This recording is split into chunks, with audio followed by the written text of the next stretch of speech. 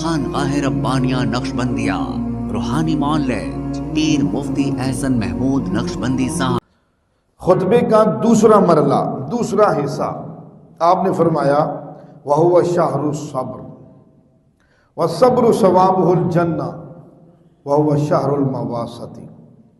دو باتیں ارشاد فرمائی۔ پہلی فرمائی یہ صبر کا مہینہ ہے، دوسری بات فرمائی یہ غمخواری کا مہینہ ہے۔ صبر شرعی طور پر جو صبر کی تعریف ہے وہ یہ ہے کہ انسان اپنے نفس کو اللہ کی رضا کے لیے اپنے نفس کو دبا لے خواہشات کے مقابلے میں، اور اس کی تلخیوں اور اس کی سختیوں کو برداشت کرے اللہ کی رضا کے لیے۔ اب دیکھیے مثلا اب آدمی نے روزہ رکھا، اب روزہ رکھا ہوا ہے، اس کو پیاس کی شدت تڑپا رہی ہے، بھوک کی شدت اس کو تڑپا رہی ہے، گھر کے اندر موجود ہے، کھانے کی چیزیں بھی موجود ہیں، پینے کی چیزیں بھی موجود ہیں، لیکن یہ شخص، یہ صاحب اس پہ صبر کر رہا ہے کہ کس کے لیے؟ اللہ کو راضی کرنے کے لیے اپنی خواہش کو دبا رہا ہے۔ دل کا نہ پانی پی لوں لیکن نہیں پیتا، جبکہ دیکھنے والا بھی کوئی نہیں۔ دل کر رہا ہے کچھ کھا لوں لیکن نہیں کھاتا، اللہ کی رضا کے لیے، اللہ کی خوشنودی کے لیے اپنی اس خواہش کو دبا رہا ہے اور اس پہ آنے والی سختیوں کو جھیل رہا ہے۔ فرمایا کہ یہ ہے صبر کی تعریف۔ اس لیے حضور پاک صلی اللہ علیہ وسلم نے ایک حدیث قدسی نقل کی کہ فرمایا، اللہ پاک فرماتے ہیں الصوم لی وانا اجزا بہ، اے محبوب کبریا اعلان کر دیجئے یہ روزہ خالص میرے لیے ہے اور اس کا بدلہ بھی میں اللہ خود دوں گا۔ ہر عبادت کے لیے بدلہ دینے کے لیے فرشتوں کو مقرر فرمایا، لیکن روزے کی باری ہے فرمایا میں خود اس کا بدلہ دوں گا۔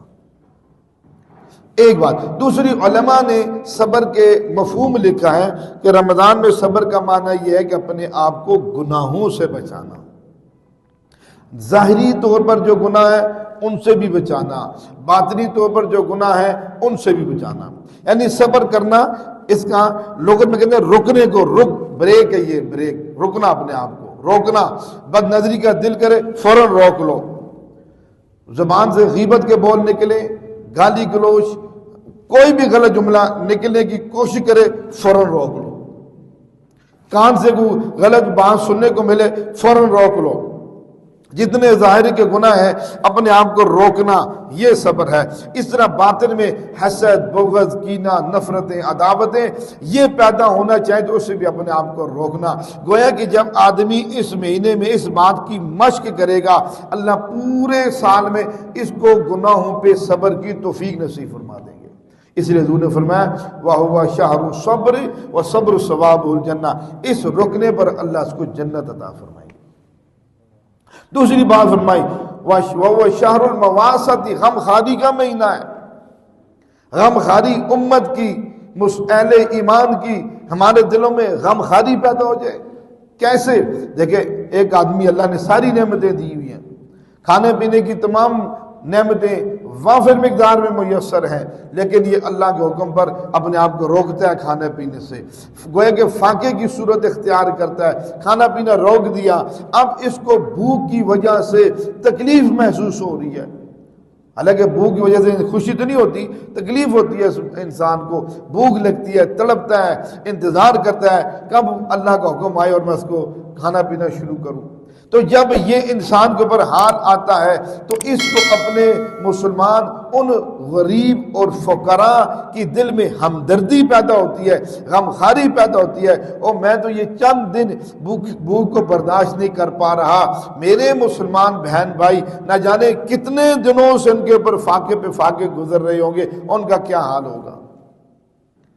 تو جب یہ غمخواری پیدا ہوگی اس وقت جیسے حضور پاک صلی اللہ تعالی علیہ وسلم فرماتے ہیں ہمیں رمضان مبارک میں خوب سخاوت کرنی چاہیے، اور بالخصوص سفید پوش لوگ ڈھونڈ کر ان کے ساتھ تعاون کرنا چاہیے۔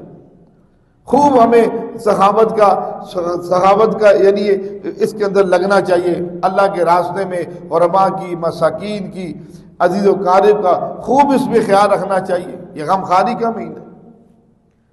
تو اب جس وقت ہمارے اندر یہ اہل ایمان کی غمخواری اور ہمدردی پیدا ہو گئی تو سمجھ لیجئے ہمارے اندر ایک بہت بڑی صفت اللہ پاک پیدا کر دیں گے۔ ہمارے ہاں جادو، جنات، بندش اور نظر بد کا شافی علاج قرآن و سنت کی روشنی میں کیا جاتا ہے۔